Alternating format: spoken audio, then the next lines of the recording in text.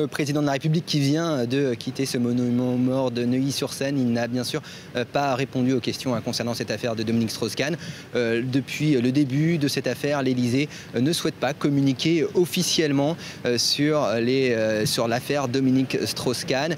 Mais c'est vrai qu'on ne veut pas donner l'impression que l'on jubile dans les camps de Nicolas Sarkozy, puisque c'est vrai que Dominique Strauss-Kahn, il s'efface automatiquement de cette course à l'Élysée et c'était l'adversaire réputé le plus dangereux pour le président de la République. Donc une très grande prudence de la part de l'Élysée, une très grande prudence aussi de la part de l'UMP. Jean-François Copé, qui a toutefois dit que cette affaire entachait l'image de la France à l'international, appelle ses troupes à la retenue. Je vous propose d'écouter le patron de l'UMP, c'était tout à l'heure à l'Assemblée nationale.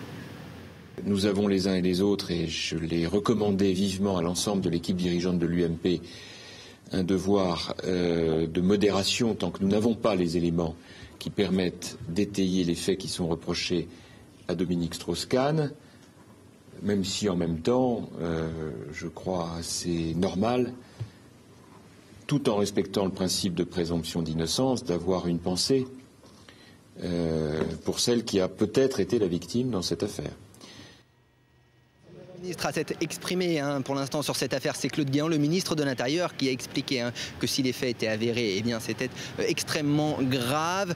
Toutefois, on organise la riposte auprès de Nicolas Sarkozy. Le président de la République a reçu ce matin Jean-François Copé, le patron de l'UMP, mais aussi le Premier ministre, pour une réunion de calage autour de cette affaire. Nicolas Sarkozy qui réunira plus largement les membres de la majorité aussi demain matin à l'Élysée pour organiser sans doute la riposte.